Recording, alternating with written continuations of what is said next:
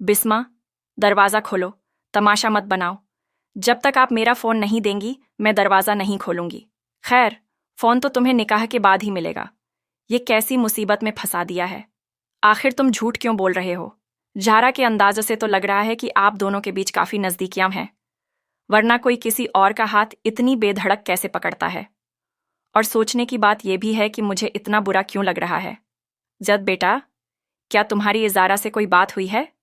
जी अम्मी, उसने मैसेज किया है कि वह एक दिन काम पर नहीं आएगी। हाँ, कल उसके केस की अंतिम सुनवाई है, तो परसों से आ जाएगी। आप परेशान क्यों हो रही हैं? बेटा, मैं इसलिए परेशान हूं क्योंकि मेरा बहुत सारा काम रुका हुआ है। मेरी नई किताब की सारी रचनाएं वही कर रही हैं। अब यह सब कैसे होगा? चिंता मत कीजिए अम्मा जान, वह संभाल लेगी।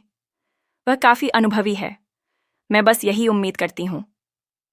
अच्छा, तुम्हारे बाबा जान से कोई बात हुई? आज उनका हुक्म है कि मैं उनकी जबरदस्ती चुनी जाने वाली बहू को दोपहर के खाने पर ले जाऊं। ये तो तुम्हारे हक में बहुत अच्छी बात है। तुम्हें जरूर लेकर जाना चाहिए। पता नहीं यह मेरे हक में है या नहीं, लेकिन बाबा ने अपने माँ जी से कुछ नहीं सीखा। क्या मतलब? जबरदस्ती की शादी का अंजाम वे भूल गए हैं। लगता है इतिहास इस घर में फिर दोहराया जाएगा। खैर, मैं उसे लंच पर ले जाता हूँ। हाँ ठीक है, बस तुम ये सब बातें छोड़ो। न जाने किन बातों में उलझ जाते हो। जद बेटा, कहीं जा रहे हो? जी, बाबा जान ने कहा था कि बिस्मा को लंच पर लेकर जाओ। बहुत अच्छी बात है, लेकिन अभी बिस्मा नहीं जा पाएगी। उसकी तबीयत ठीक नहीं है, थक गई होगी। अगर बाबा पूछें तो बता दीजिएगा। बता दूंगी। छारा, तुमने इतनी जल्दी हार मान ली? कल से वे लोग बार बार फोन कर रहे हैं, और अगर हम यहां से नहीं गए तो वे और भी बुरा कर सकते हैं। इसलिए तुम जरूरी सामान पैक कर रही हो? हाँ, और मैं तुम्हें भी सलाह दूंगी कि अपना जरूरी सामान अलग रख लो।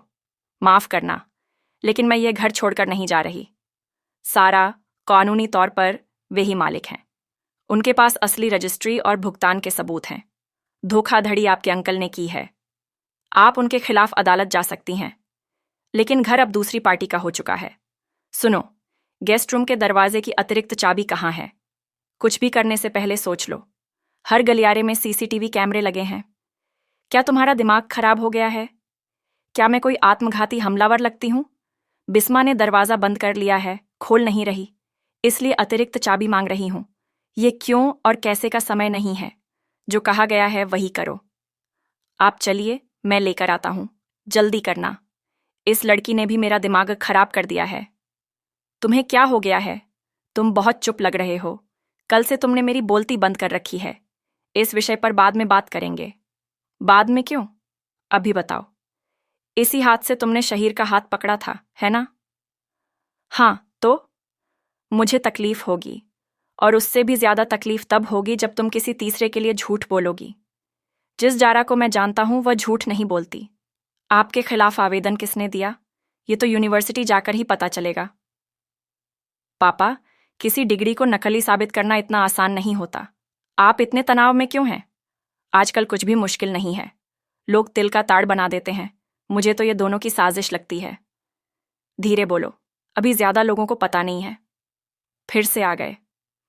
मैडम, आज शाम तक ये घर हमें खाली चाहिए। किसी के बाप की हिम्मत नहीं कि ये घर खाली करवा सके। ज्यादा जिद करोगी तो अभी सारा सामान बाहर फेंकवा दूंगा। हिम्मत है तो करके दिखाओ। चलो, आज हिम्मत दिखाओ। इन्हें शराफत की भाषा समझ नहीं आती। सारा सामान उठाकर बाहर फेंको। सर, बहुत बहुत धन्यवाद। आपसे मिलकर अब भी यकीन नहीं हो रहा कि अदालत का फैसला मेरे हक में आया। मैंने कहा था ना, तुम जीतोगी। मैं जीत गई। जबकि प्रोफेसर हाशिम ने मेरा भविष्य बर्बाद करने में कोई कसर नहीं छोड़ी थी। उनकी खुद की डिग्री दांव पर लग चुकी है। तुम्हें पता है, उनकी डिग्री नकली है। इसका फैसला अदालत करेगी, लेकिन उससे पहले एक अदालत लगेगी। कैसी अदालत? जिसमें तुम मेरी आंखों में आंखें डालकर बताओगी कि तुमने कल झूठ क्यों बोला। घबराओ मत, मैं आ रही हूं। वो लोग हमारे घर